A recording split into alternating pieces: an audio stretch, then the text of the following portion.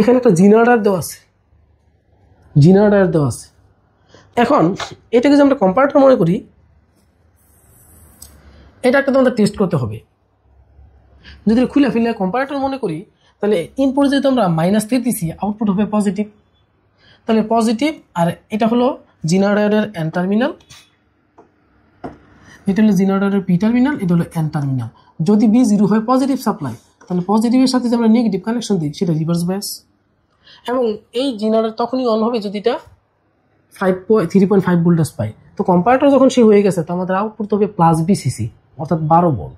অর্থাৎ এই জেনারেটর অবশ্যই রিভার্স বায়াস এবং অন।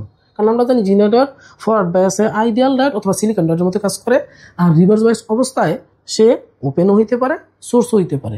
যদি নি ভোল্টেজের বেশি পায় সোর্স হবে, আর নি ভোল্টেজের কম পাইলে ওপেন হবে। যেহেতু বিডির মান যে টেস্ট করার পরে যে বিডি পাচ্ছি সেটা হচ্ছে হলো নি ভোল্টেজ থেকে বড় এবং নেগেটিভ পজিটিভ, এই জন্য এই জেনারেটর রিভার্স এবং অন। তাহলে জেনারেটর যদি অন হয় আমাদের সার্কিটটা কি দাঁড়াচ্ছে,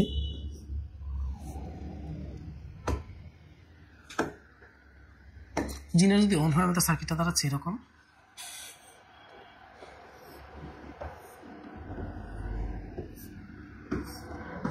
জেনারেটর একটা সোর্স হয়ে যাবে। আমরা জানি জেনারেটর সোর্স নর্মাল ডায়োডের উল্টা, কারণ যে দিকটা কারেন্ট ঢুকে সেটাই প্লাস হয়ে যায়। যেহেতু এই পাশে পজিটিভ টার্মিনাল, এই দিক দিয়ে কারেন্ট প্রবেশ করবে, এই জন্য এই পাশ বড় এই পাশ ছোট।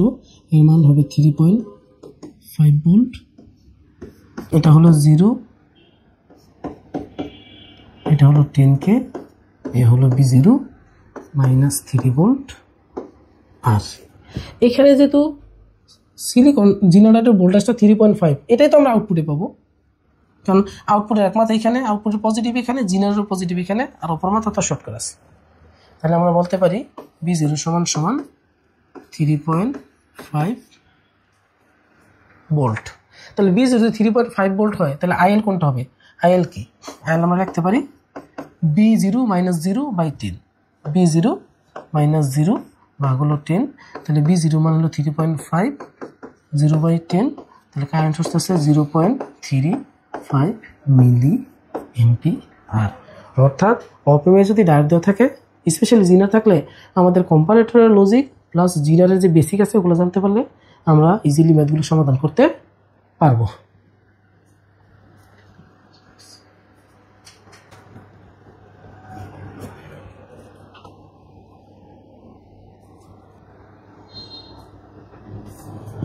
আমরা আরও একটা জেনারেটরের ম্যাথ করব, যেহেতু জেনারেটরের ম্যাথ সাম্প্রতিক পরীক্ষাগুলোতে প্রায় দিতেছে অপেমের সাথে অ্যাড করে। Find the maximum current 10K রেজিস্ট্যান্সের মধ্যে দিয়ে ম্যাক্সিমাম কারেন্ট বের করতে বলছে, এবং কারেন্টের ওয়ে ভাগতেও বলছে। তাহলে কারেন্ট আমরা তখনই বের করতে পারবো যদি আমরা আউটপুটটা বের করতে পারি। আমরা এখানে দেখতেছি এই ইনপুটটা ইনভার্টিং ইনপুটে দেওয়া হয়েছে, প্রথমে নেগেটিভ ইনপুট, তারপরে পজিটিভ ইনপুট, তারপরে আবার নেগেটিভ ইনপুট। তাহলে এই ইনপুট যদি নেগেটিভ হয়, তাহলে ইনভার্টারের আউটপুট হবে পজিটিভ। তাহলে আউটপুট যদি পজিটিভ হয়, এই জিনার হয়ে যাবে ফরওয়ার্ড বায়াস। তাহলে জিনার যদি ফরওয়ার্ড বায়াস হয়, আমরা জানি জিনারেট ফরওয়ার্ড হলে কিছু রাইটার আইডিয়াল লাইট হিসাবে ইউজ করে, কেউ আবার সিলিকন হিসাবে ইউজ করে। তাহলে আপ টু যে ম্যাথ আমরা ভেঙে সমাধান করি, 0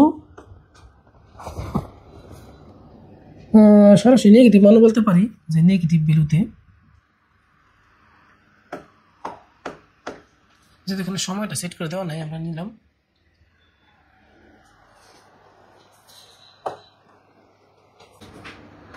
তাহলে ফর নেগেটিভ ভ্যালু ইনপুট, নেগেটিভের জন্য বলে ফেলি for be in negative, input যদি মাইনাস হয়, আমরা টেস্ট করার সময় এটা কম্পারেটর মনে করবো, খুলে ফেলবো, তাহলে আউটপুট হবে প্লাস। আউটপুট প্লাস হলে এটা পাবে ফরওয়ার্ড, ফর নেগেটিভ জিনার গেটস ফরওয়ার্ড বায়াস। তাহলে জিনার ফরওয়ার্ড বায়াস হলে এটাকে আমরা সিলিকনও ধরতে পারি, আইডিয়ালও ধরতে পারি। যদি আইডিয়াল ধরি তাহলে শর্ট হয়ে যাবে, তো শর্ট হয়ে গেলে এই 0 চলে যাবে B0-তে, আউটপুট ভোল্টেজও 0, কারেন্টও 0। আর যদি আমরা সিলিকন ধরি তাহলে সার্কিটটা দেখতে এরকম হবে।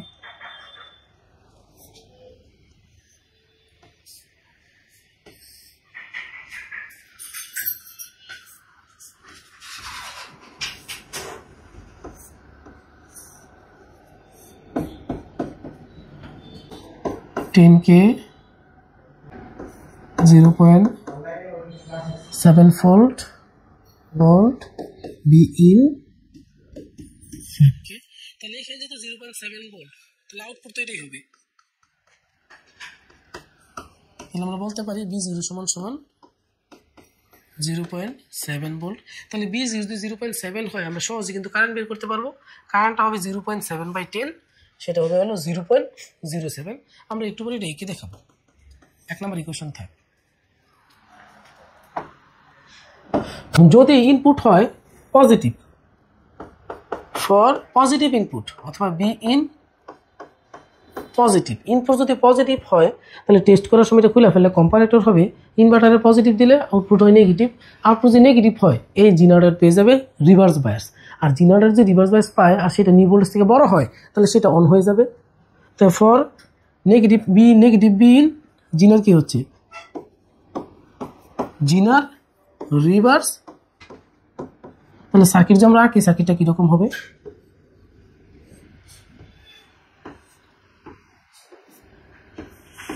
সার্কিট হবে জিনারের যে দিক দিয়ে কারেন্ট ঢুকে, যখন আউটপুট ছিল পজিটিভ তখন এই দিক দিয়ে কারেন্ট ঢুকছে, এটা বড় এটা ছোট। আবার আউটপুট নেগেটিভ, এই পাশ দিয়ে কারেন্ট প্রবেশ করবে তাহলে এটা হবে বড়, তাহলে এই পাশ বড় এই পাশ ছোট। এটা হবে জিনার ভোল্টেজ 6.7 ভোল্ট। এ হলো B0 10 kilo ground minus plus B in 5K। তাহলে এখানে যেহেতু 6.7 ভোল্ট আছে তাহলে B0 তে আমরা এটাই পাবো নেগেটিভ আকারে, কারণ B0 এটা প্লাস এই ভোল্টেজটা মাইনাস, তাহলে আমরা B0 পাচ্ছি হলো মাইনাস 6.7 ভোল্ট। এখন যদি আমরা আউটপুট একটা অঙ্কন করি, শুরুতে আমরা ইনপুটটা দিতে চাচ্ছি, হাফ সাইকেল দিলেই হয়, আর বেশি প্রয়োজন নেই। -5 0 +5 এটা হলো বি ইন, এর সাথে আমরা B0 আউটপুট ভোল্টেজটাকে আঁকতে চাচ্ছি। তো B0 আমরা দেখতেছি যখন ইনপুট নেগেটিভ তখন আমরা পাচ্ছি 0.7। তাহলে নেগেটিভ পার্টটা যদি আমরা আলাদা করি তাহলে এই পার্টটা নেগেটিভ পার্ট,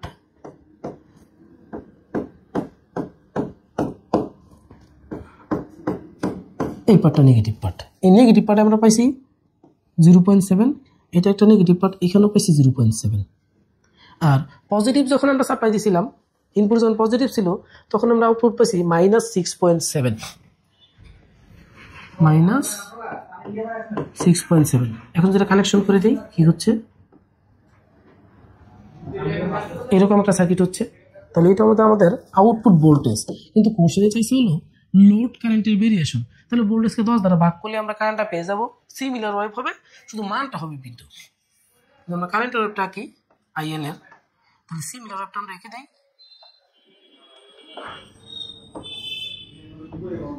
তবে এই কারেন্টটা হবে 10 দ্বারা ভাগ করলে কত হয়, -0.67, আর 0.7কে যদি আমরা 10 দ্বারা ভাগ করি তাহলে এটা হবে 0.07। কারেন্টের একক হবে মিলি এম্পিয়ার, ভোল্টেজের একটা ভোল্ট জানাই আছে।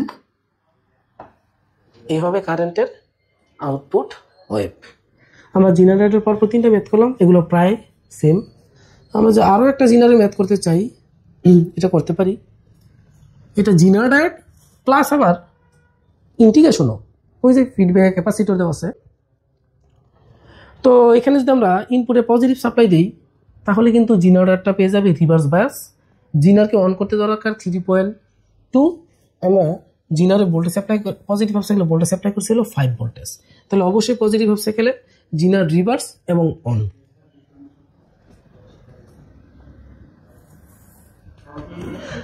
যদি জিনার রিভার্স এবং অন হয়ে যায় তাহলে আমরা এখানে ভোল্টেজটা পাবো হলো 3.2 ভোল্টেজ।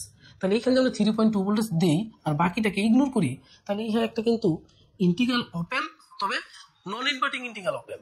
তাহলে পজিটিভ হাফ সাইকেল অথবা 0 থেকে 0.1 যদি আমরা ব্যাখ্যা করি, 0 to 1 মিলি দেওয়া আছে, আমরা সেকেন্ডে কনভার্ট করতে চাচ্ছি মিলি সেকেন্ড।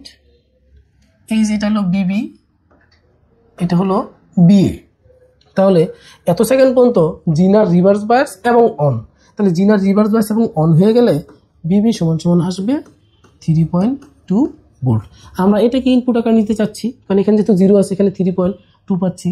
তাহলে নন ইনভার্টিং অপ এর ইন্টিগ্রেশন আমরা কিভাবে করছিলাম, এটা এরকম ছিল ইন্টিগ্রেশনটা, B0 সমান সমান বিবি প্লাস 1/CR, সময়টা কত, 0 থেকে 1 মিলি B in DT plus BC 0 সেকেন্ডে ক্যাপাসিটরের ইনিশিয়াল ভোল্টেজ কত।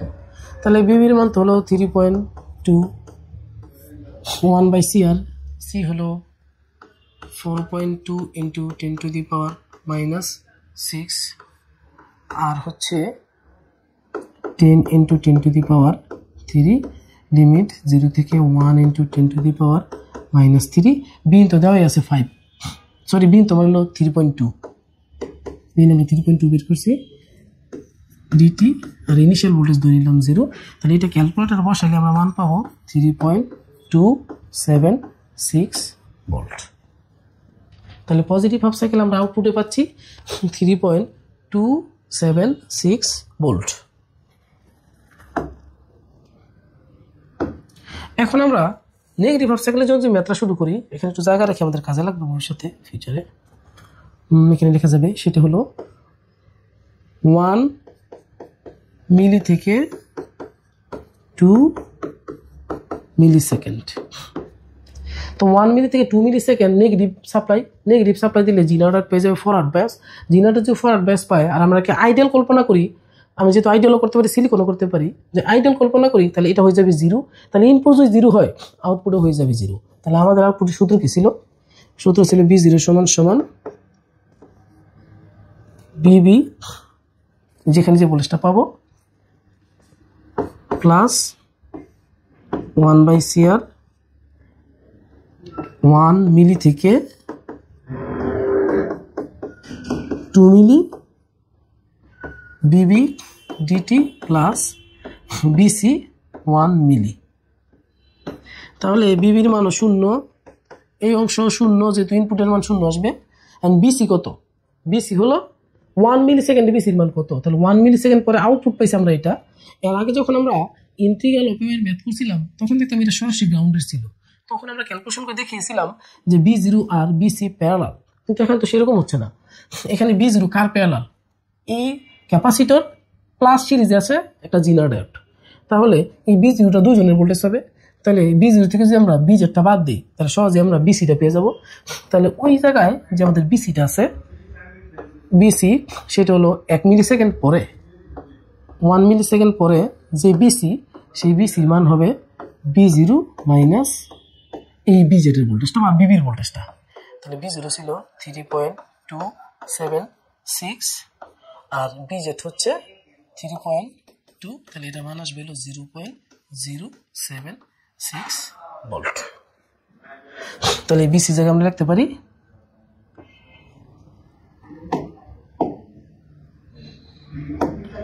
আমরা লিখতে পারি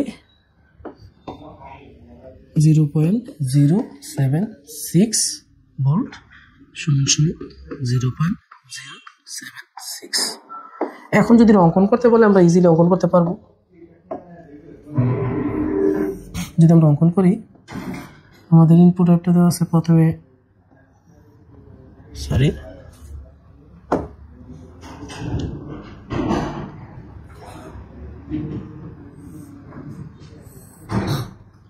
এই চূড়াটা হলো 5, এই চূড়াটা হলো -5,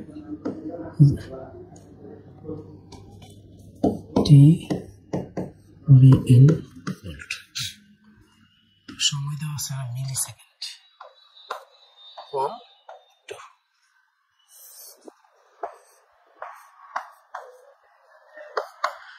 তাহলে আমরা আউটপুট পজিটিভ হাফ সাইকেল মানে পজিটিভ সাপ্লাই যখন দিলাম, তখন পেলাম কোনটা? এটা 3.276, যেটা 3.2 এর সাথে ক্রমান্বয়ে ধীরে ধীরে বাড়তেছিল। সময় যত যাচ্ছিল, সেই 3 এই অংশটা তত বেড়ে বেড়ে অ্যাড হচ্ছিল। এই জন্য আমরা চাইলে শুরু করতে পারি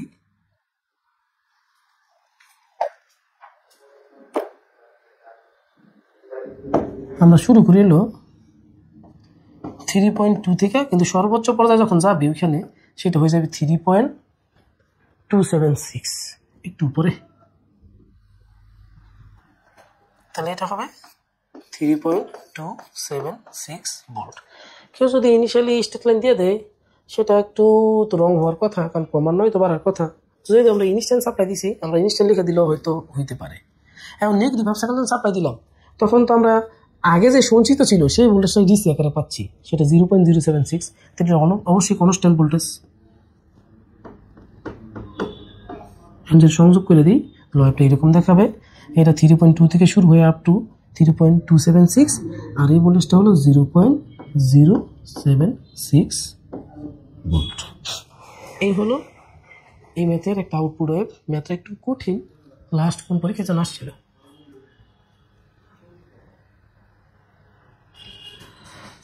আমরা আরেকটা ম্যাথ করতেছি, এটা অনেকটা এসি সার্কিটের মতো। আমরা আগে বলেছিলাম যে ক্যাপাসিটর থাকলে সাধারণত এটা ইন্টিগ্রেশন হয়, এই পাশে থেকে ইন্টিগ্রেশন, এই পাশে ডিফারেন্সিয়েশন। তখন আমরা সূত্র মুখস্থ করে ম্যাথ করতে হয়েছিল, কারণ তখন আমাদের ফ্রিকোয়েন্সি জানা ছিল না। তবে এই ম্যাথটা খেয়াল করে দেখবো, এই ম্যাথের ফ্রিকোয়েন্সি দেওয়া আছে, এই যে ওমেগার মান দেওয়া আছে। এটা নিয়ে আসি দিকে,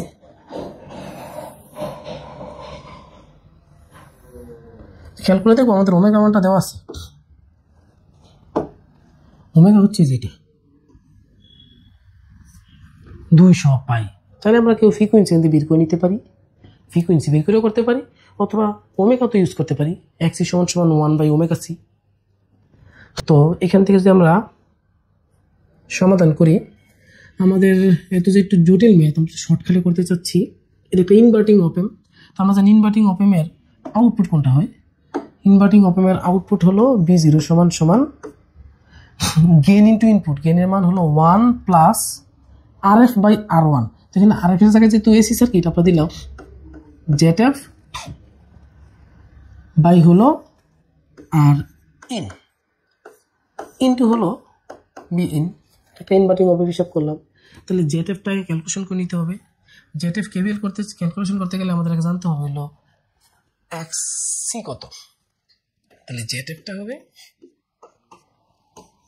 RF parallel J of XC। তাহলে এই দুইটা প্যারালাল করলে RF এর মান দেওয়া আছে হচ্ছে হলো 20 ওহম, XC এর মান আমরা 1/ωc ইউজ করে বের করতে পারি। তাহলে এটা যে আমরা ক্যালকুলেশন করি, ম্যাথ নাম্বার কত 11 নম্বর, যদি ক্যালকুলেশন করি তাহলে RF এর মান আসবে 20∠−0.04। এটা আমি দেখালাম না, এটা ক্যালকুলেশন আমরা সবাই পারবো আশা রাখি।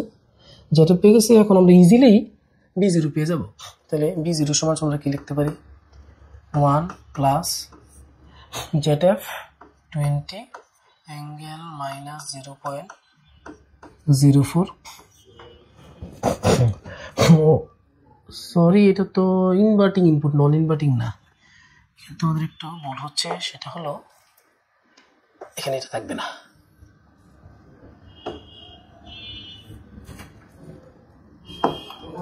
এটা হলো BIN এবং একটা মাইনাস সাইন আছে।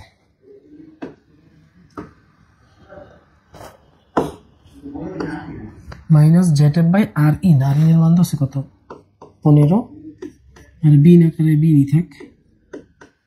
তাহলে এই দুইটা, এটা যে ক্যালকুলেটর বসাই আমরা পাবো হলো -1.33 ইন্টু BIN মাইনাস 1.33। BIN এর মান কোশ্চেনে দেওয়া আছে 0.5 sin ωt, 0.5 sin 200πt। 0.5 দ্বারা গুণ করলে অর্ধেক হয়ে যাবে, অর্ধেক হয়ে গেলে মাইনাস কত, -0.67 হইতে পারে, -0.67 sin 2200πt। যেহেতু এটা একটা ভোল্টেজ, একক হবে ভোল্ট। অর্থাৎ যদি এরকম এসি সার্কিট দেওয়া থাকে, তাহলে আমাদের একটু এসি সার্কিটের মতো ওই ক্যালকুলেশনগুলো করতে হবে। অপেমের বেসিকটাও লাগবে, এসি সার্কিটের লজিকটা ইউজ করলেই অটোমেটিক হয়ে যাওয়ার কথা।